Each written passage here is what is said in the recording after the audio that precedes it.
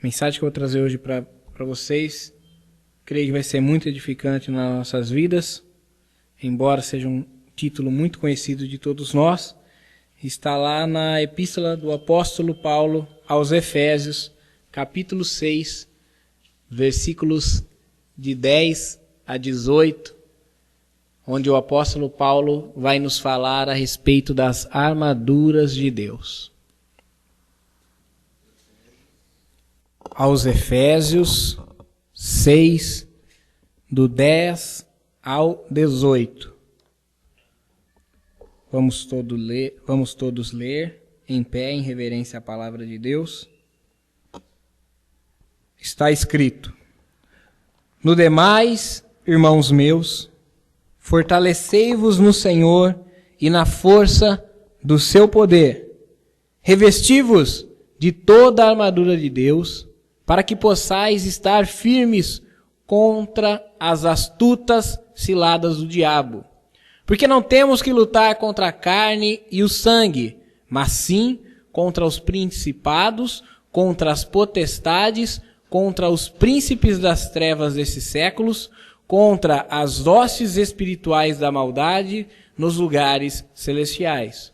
Portanto, tomai toda a armadura de Deus para que possais resistir no dia mau, e havendo feito tudo, ficar firmes.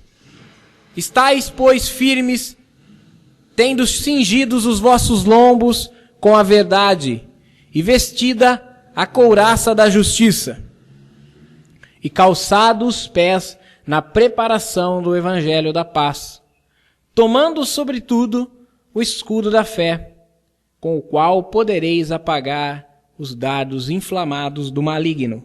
Tomai também o capacete da salvação e a espada do Espírito, que é a palavra de Deus, orando em todo tempo, com toda oração e súplica no Espírito, e vigiando nisso com toda a perseverança e súplica por todos os santos.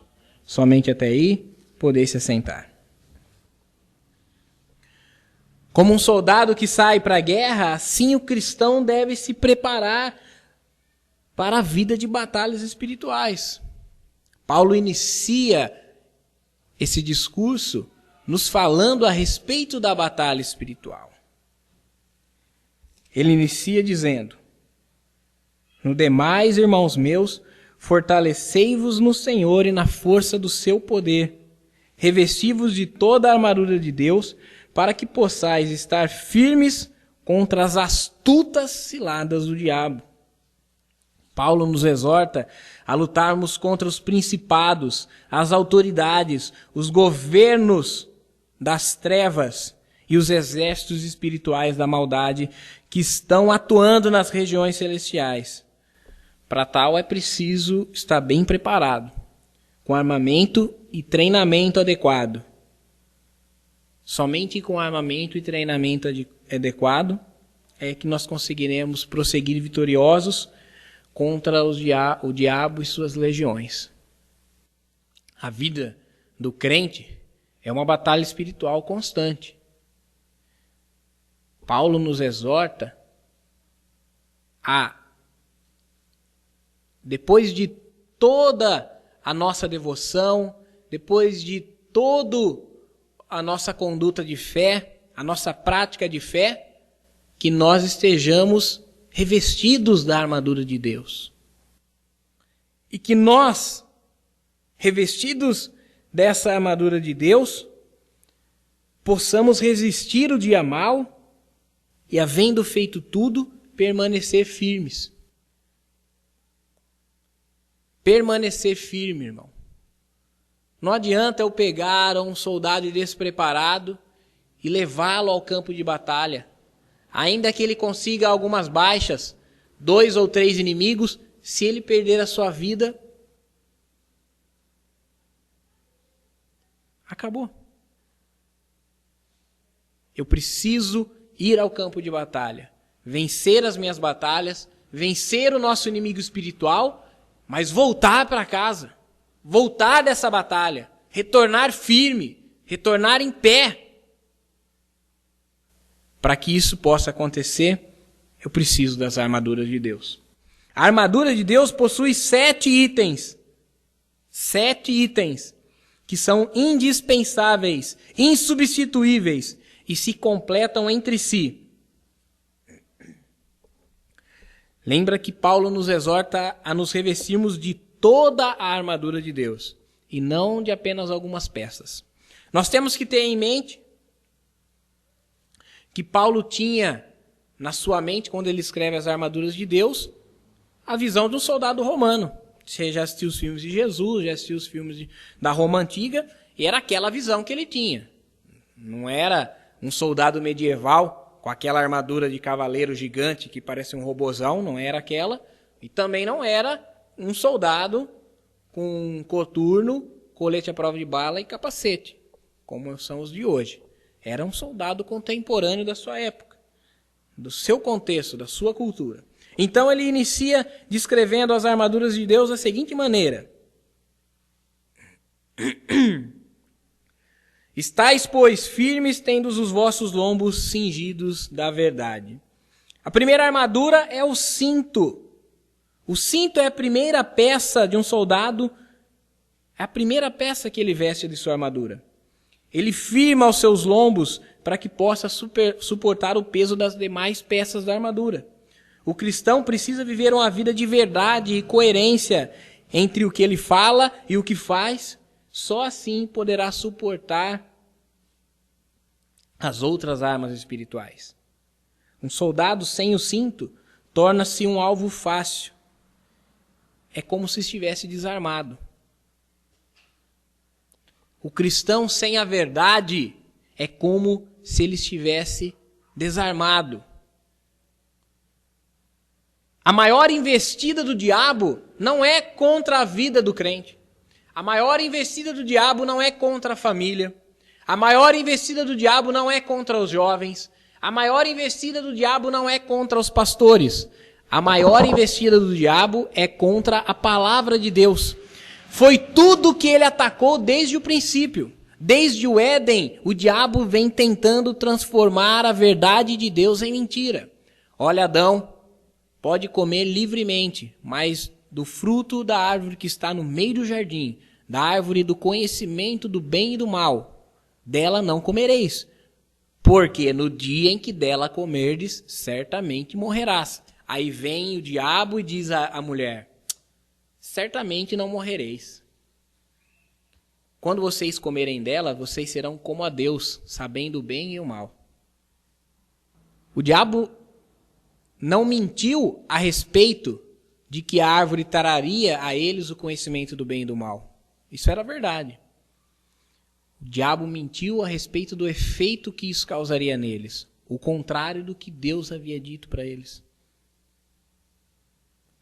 Isso constantemente. Vamos pular lá para os evangelhos. Jesus sai do seu batismo, o Espírito Santo desce sobre ele em forma corpórea de pomba e ele é levado pelo próprio Espírito ao deserto para ser tentado por 40 dias, enquanto jejuava. E o diabo chega dizendo: olha, se tu és o Filho de Deus, transforma essas pedras em pães.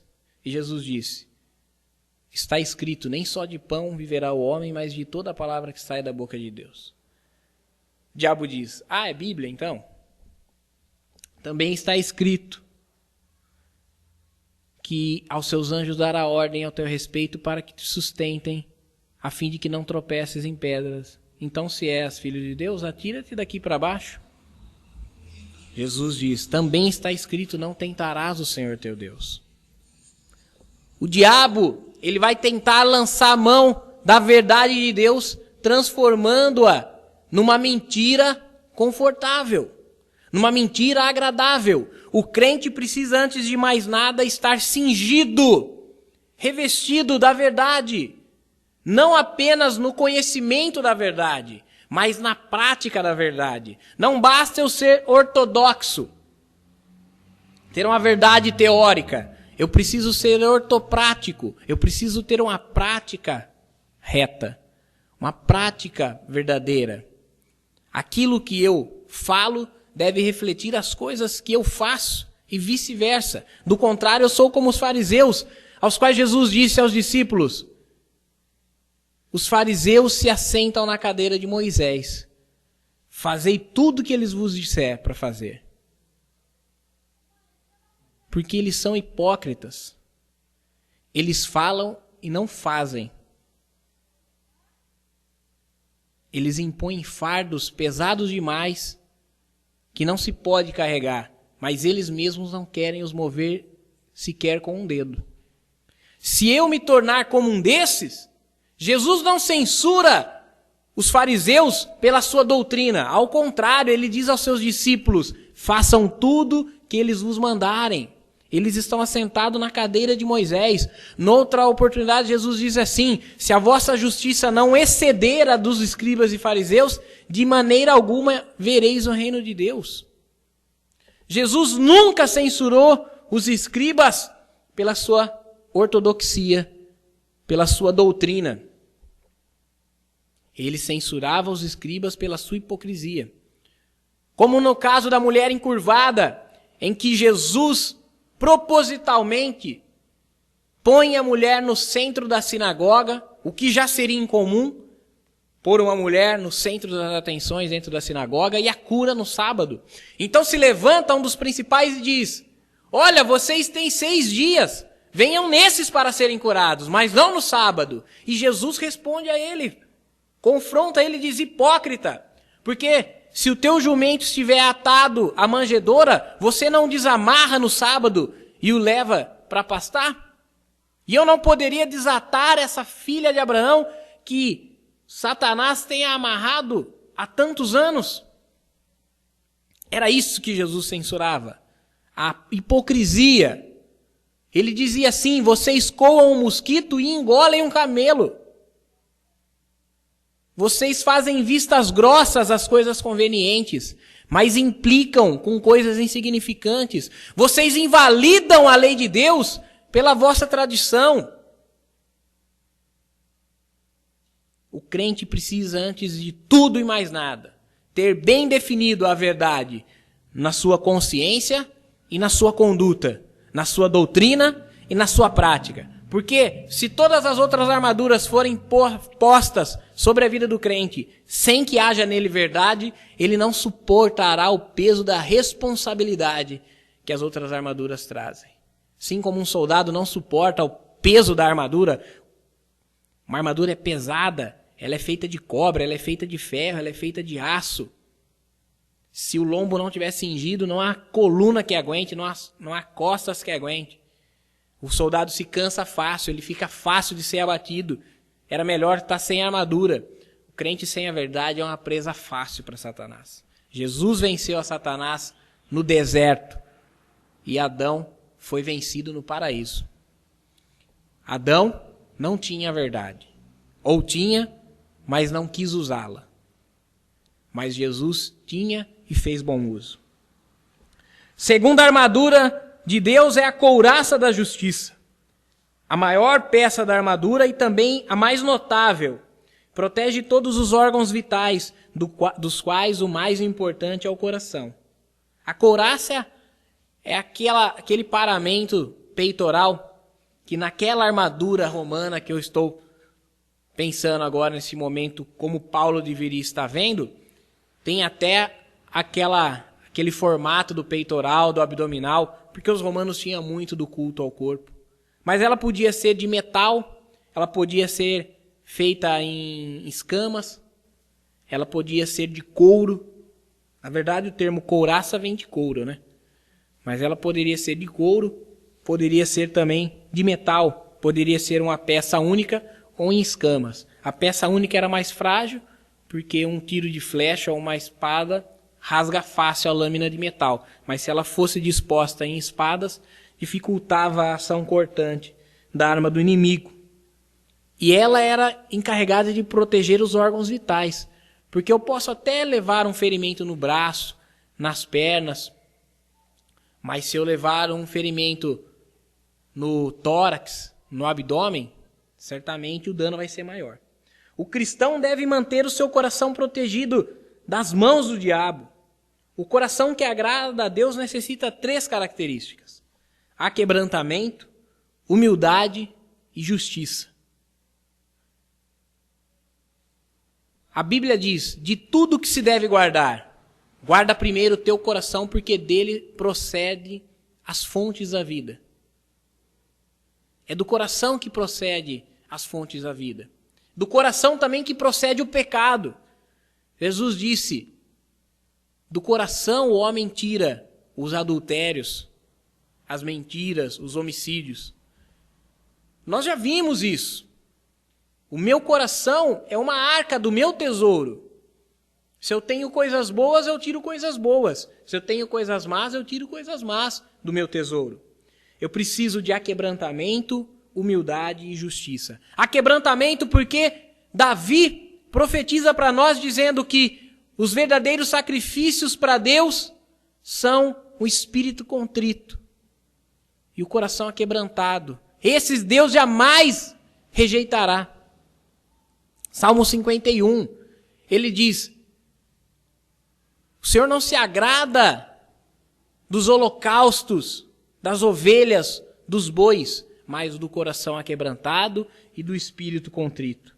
Segunda característica, a humildade, porque, como eu disse em alguns sermões atrás, a altivez é o pior pecado, a soberba é o pior pecado, achar-se autônomo, independente de Deus, é a pior atitude que eu posso ter para com Ele. Eu preciso de um coração humilde, de um coração que reconheça a soberania de Deus e reconheça a dependência de Deus.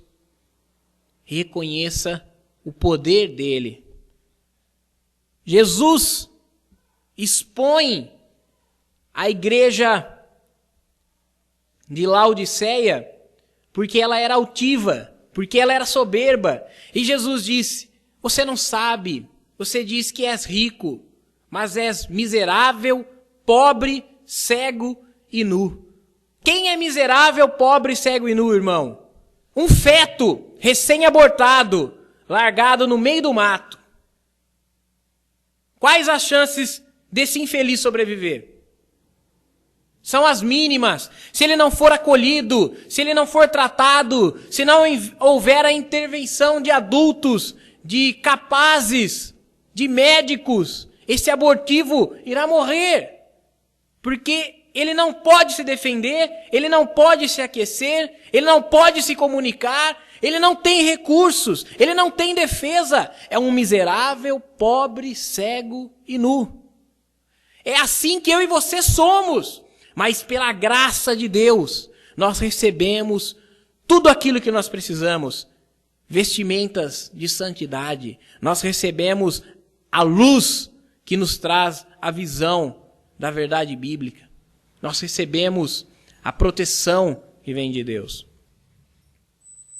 Eu preciso manter um coração humilde, reconhecendo que fora de Deus eu continuo um miserável, pobre, cego e nu. E preciso de justiça. Como eu disse que Jesus jamais repreendeu os fariseus pela sua doutrina, mas sim pela sua hipocrisia, o próprio Jesus diz a eles, ó fariseus hipócritas, que dizimais o endro, a hortelã e o cominho, e desprezais o mais importante da lei, a fé, a misericórdia e a justiça. Fazei essas coisas primeiro, sem omitir aquelas. O mais importante da lei, meus irmãos, é a fé, a misericórdia e a justiça. Um coração precisa ser justo. Eu preciso julgar segundo a reta justiça. Eu preciso conhecer a justiça de Deus expressa na Escritura para eu aplicar essa justiça no meu dia a dia.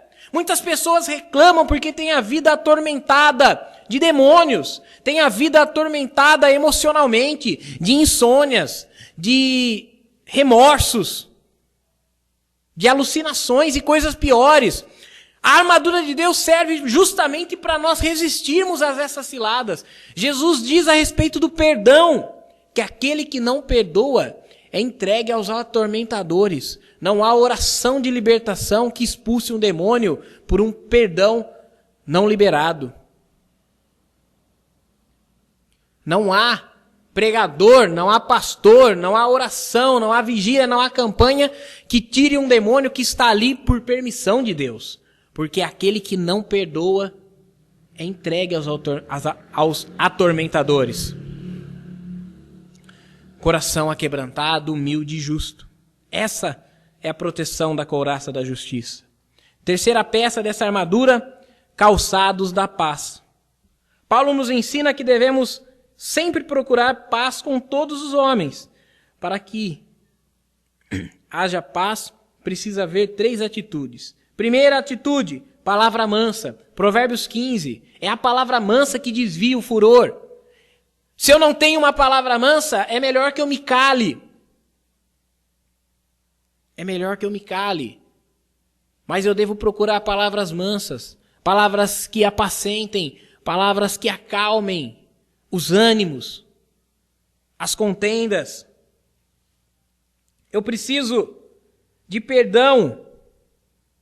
Se eu não tenho perdão, eu não tenho paz. Eu não tenho paz com os outros, eu não tenho paz comigo mesmo por causa dos atormentadores, eu não tenho paz para com Deus. O arrependimento é completamente diferente do remorso. O arrependimento é aquilo que está expresso no Salmo 51. É o desejo de receber o perdão, é o desejo de entregar o perdão, é o desejo de ter a alegria da salvação. O remorso é aquilo que aconteceu na vida de Saul. É aquilo que aconteceu na vida de Adão. Desejo de se esconder. É aquilo que aconteceu na vida de Judas. Desejo de pôr fim na sua vida inútil. Arrependimento é aquilo que houve em Pedro. Desejo de consertar as coisas. É o que houve na vida de Zaqueu. Desejo de restituir o dano. Precisa haver palavra mansa, perdão e misericórdia. Perdão mesmo. Misericórdia é perdão de verdade. Sem arrependimento. É o perdão imerecido. Abra sua Bíblia em Lucas. Capítulo 6. Versículo 36. Lucas 6. Versículo 36. Sede, pois, misericordiosos, como também o vosso Pai é misericordioso.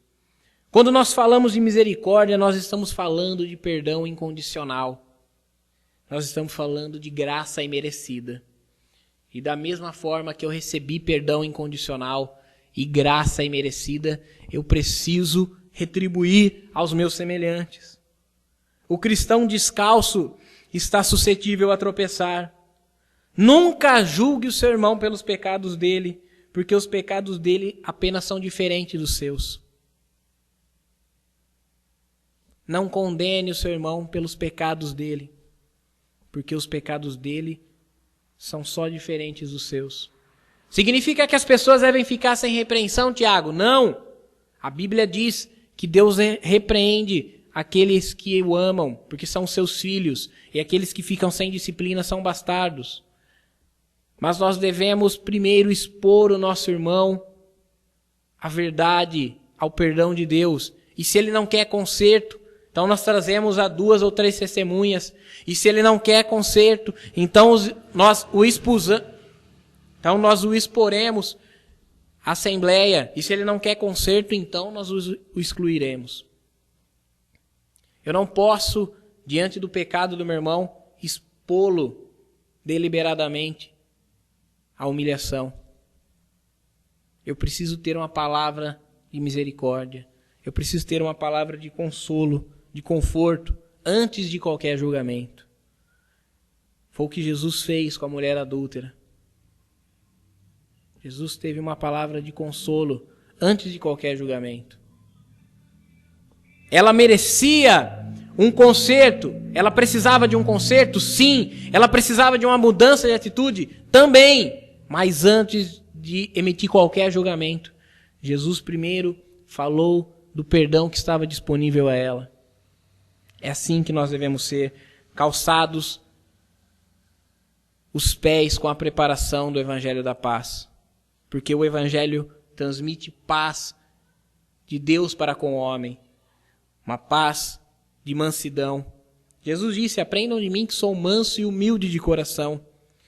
uma paz de perdão. Deus nos perdoou incondicionalmente.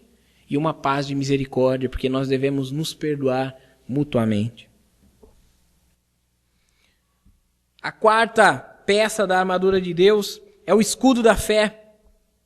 Fé na palavra de Deus, Romanos 10, 17. Ora, a fé vem pelo ouvir, o ouvir pela palavra de Deus. Irmão, fé, quando nós falamos de fé, fica uma coisa meio genérica, uma coisa como religiosidade. Espírita também tem fé, umbandista também tem fé, católicos também tem fé, mórmon também tem fé, até ateu tem fé de crer nas coisas que eles creem, nos absurdos do ceticismo que eles creem. Quando eu estou falando de fé, estou falando de fé bíblica, fé genuína, fé em Deus, no Deus da Bíblia, no Deus que deixou registrado os seus desejos, as suas vontades para a vida do homem. Não é fé em qualquer coisa, não é superstição, não é mandinga, é fé genuína, fé bíblica. Somente quando estamos inteiramente confiantes na palavra de Deus, poderemos vencer as más situações da vida. Aquele, pois, que escuta essas minhas palavras e as pratica, assemelhá-lo-ei ao homem prudente, que edificou a sua casa sobre a rocha. Desceu a chuva, correram os rios, sopraram os ventos e combateram aquela casa, e não caiu porque estava firmada sobre a rocha. O alicerce serviu como uma proteção, porque ele ouviu as palavras e praticou. Fé vem pelo ouvir, ouvir pela palavra de Deus. Quando eu tenho a palavra de Deus e quando eu aplico ela na minha vida, eu estou aplicando a fé. Não é uma fé morta, não é uma fé apenas verbal. É a fé como Tiago diz, fé com obras. Fé verdadeira, fé legítima. Se eu não tenho ela, eu não tenho escudo, eu não tenho defesas. Eu não tenho defesas. Vamos pensar de uma forma mais contemporânea. Há um aparato militar lá em Israel hoje em dia que chama-se cúpula de ferro, ou domo de ferro, que é uma defesa antimísseis que eles compraram dos Estados Unidos. Então, nas principais cidades, Jerusalém, Tel Aviv, existem aparatos que disparam projéteis que perseguem o calor dos mísseis. Quando um míssil vem, aquele disparo de morteiro intercepta. Ele atinge o míssil e o míssil explode no ar. Então ele não atinge o alvo, ele não causa o dano esperado. Você imagina se eles não tivessem isso nesses últimos 21 dias, como estaria Israel agora? Mas eles têm essa defesa. Eles se prepararam com essa defesa. A fé faz o mesmo conosco, irmão. Nós somos cristãos, sim. Mas se nós não temos a fé bíblica, a fé que vem pela palavra de Deus, as setas do diabo, as afrontas, vão vir sobre nós. Num dia de uma perda, como eu vou reagir à minha perda? Se eu não conheço a palavra de Deus, se eu não conheço o consolo, o conforto que ela traz diante da perda, diante da morte, diante do revés, da adversidade, diante da enfermidade, eu não tenho uma palavra, eu não tenho defesa contra essas coisas. Eu ter a palavra, eu ter o escudo não significa que essas coisas não virão. Elas virão, mas elas serão rebatidas pela palavra, pela fé bíblica.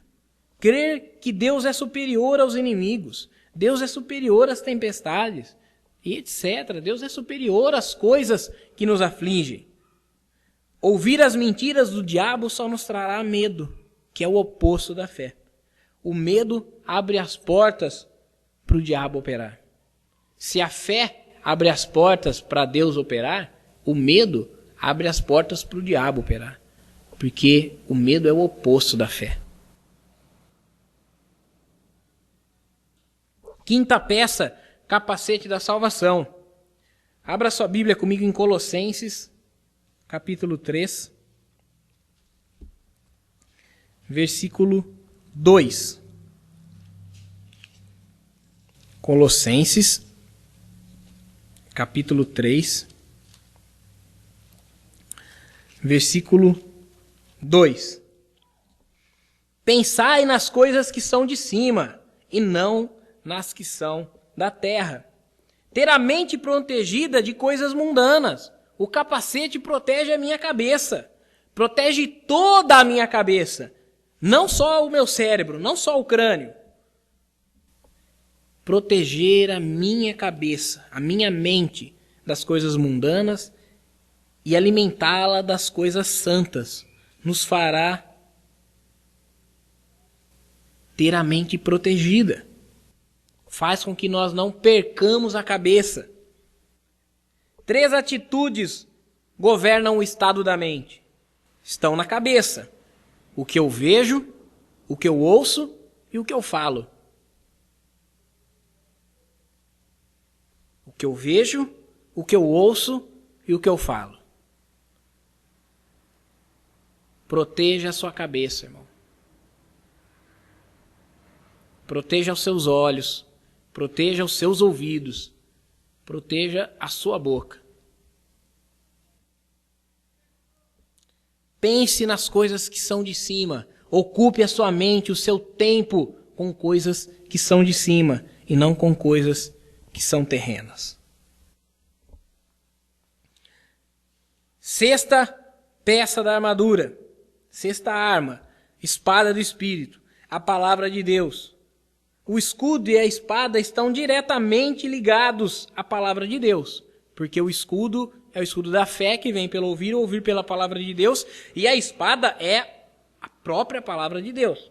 Porém, apenas o escudo não será suficiente. E você poderá acabar cedendo. Conhecer a palavra de Deus é ter o escudo. Fé vem pelo ouvir, ouvir pela palavra. Ter o escudo da fé não é suficiente. É preciso que você tenha a espada. O próprio Jesus usou a palavra para repelir o diabo. Ela é a única arma que fere diretamente o inimigo.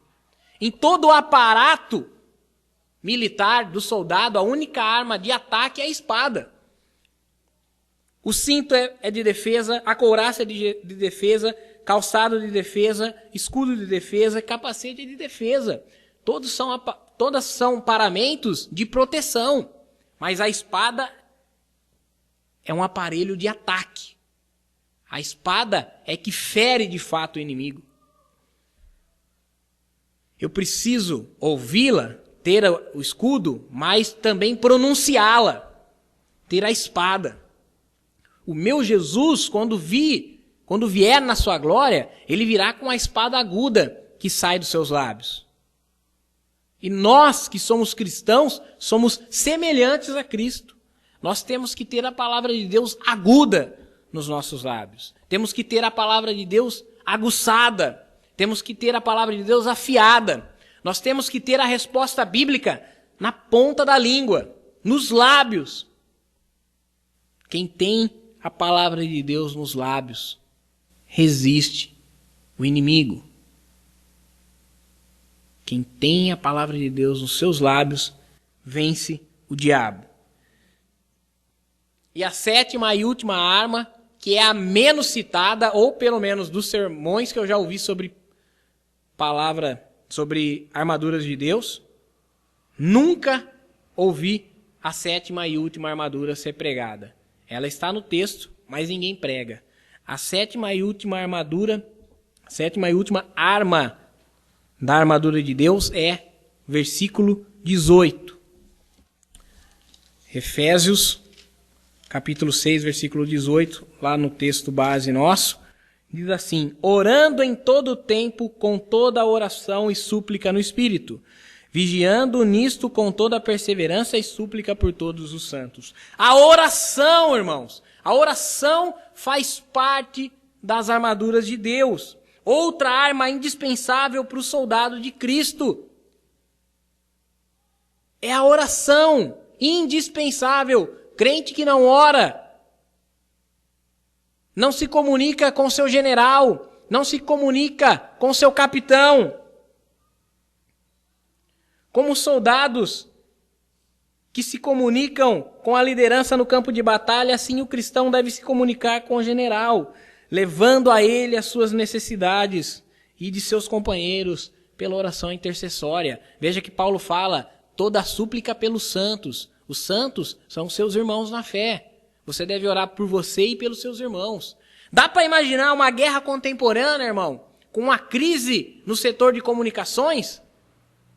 Você pensou como vencer uma batalha nos dias de hoje se você não tiver telefone, internet? Dá para vencer? Dá para vencer uma guerra? Ser pego desprevenido, de surpresa? Naquela época havia mensageiros, havia espiões, espias. No mundo antigo, havia mensageiros e espias que estavam infiltrados no exército inimigo e quando ouviam dos planos do inimigo, corriam o mais rápido que podiam e comunicavam isso ao seu povo para que eles se preparassem, se defendessem. Mais recentemente, mais ainda, num passado recente agora, nós temos o exemplo da Segunda Guerra Mundial. Eu estava comentando com o Renato. A Grã-Bretanha foi mais bem sucedida do que a Alemanha na batalha aérea porque eles tinham um aparelho de comunicação que os alemães ainda não tinham, o radar. Os ingleses sabiam dos aviões alemães que estavam chegando horas antes de eles chegar, porque os radares avisavam a eles. Hoje em dia, no mundo globalizado que nós vivemos, não precisa nem se dizer. Vamos pegar o exemplo mais recente, conflito que está tendo em Gaza. Israel bombardeou toda a cidade de Gaza, todo o centro metropolitano de Gaza, mas teve um ataque que foi determinante no meio da semana passada. No fim da semana passada, quando Israel atacou a única usina termoelétrica de Gaza. Acabou a energia, acabou as comunicações. Você está como homens da caverna, meu amigo. Você está vivendo de gerador, a base de geradores nos prédios principais, prédios diplomáticos, hospitais, mas energia e comunicação abundante? Acabou. O crente não pode ter uma vida de oração morta, frívola. O crente precisa de uma vida de oração fervorosa. Não adianta, irmão, eu ter cinto da verdade, couraça da justiça, calçados da paz, escudo da fé, capacete da salvação, espada do Espírito, se eu não falo com o meu comandante, com o meu general, se eu não ouço as ordens dele, se eu não falo das dificuldades do campo de batalha, se eu não levo até ele as necessidades minhas e dos meus colegas no campo de batalha, dos meus companheiros de batalha. Oração faz isso. Oração comunica as estratégias do reino de Deus e combate as estratégias de Satanás. Há alguns ataques espirituais malignos, porque é disso que esse texto fala, principados e potestades nas regiões celestiais, que Jesus disse só podem ser vencidos com jejum e oração. Existem alguns inimigos espirituais que só podem ser vencidos com jejum e oração.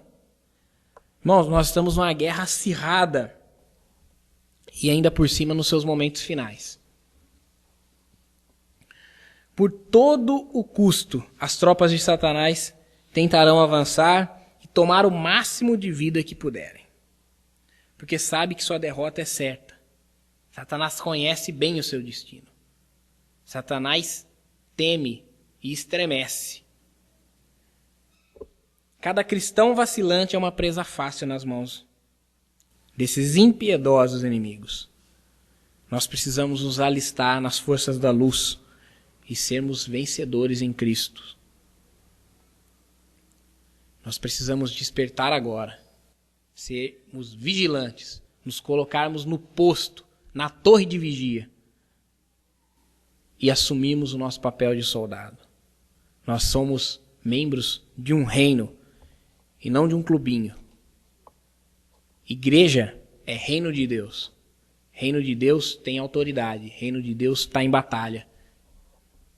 Nós precisamos participar ativamente disso. Irmãos, saiam daqui hoje buscando quais dessas peças, quais dessas armaduras você tem estado falho. Se na verdade da sua conduta, prossiga com verdade. se no seu coração, guarda o teu coração, aquebranta o teu coração. Seja humilde, seja justo. Se nos teus pés, calce os teus pés do evangelho da paz. O evangelho da paz é aqui, irmão. Anunciar as coisas da paz. Evangelho são as boas notícias da paz. Eu preciso anunciá-las. Escudo da fé. Quando você tem a oportunidade de ter um contato com a palavra de Deus, alimente-se dela, fortaleça-se dela, porque sem Bíblia não é possível produzir fé. Capacete da salvação, guarda os teus olhos, guarda o teu ouvido, guarda os teus lábios as coisas puras, as coisas que são do alto, não as terrenas. Proclame a palavra de Deus, tenha uma espada nos seus lábios e ore incessantemente, com todo o clamor, com toda a súplica. Interceda pela vida daqueles seus irmãos que estão mais fracos do que você hoje, porque o dia de amanhã você pode ser o soldado ferido e as orações dos seus irmãos vai ser um bálsamo curativo na sua vida. A Bíblia diz que a oração do justo pode muito em seus efeitos. A Bíblia diz que os enfermos devem procurar os presbíteros para que eles orem, para que os enfermos sejam salvos. A oração é um bálsamo, irmão. Revista-se das armaduras de Deus, revista-se do poder de Deus para que vocês possam suportar os dias maus, resistir e, depois de ter terminado tudo, permanecerem firmes nas coisas de Deus.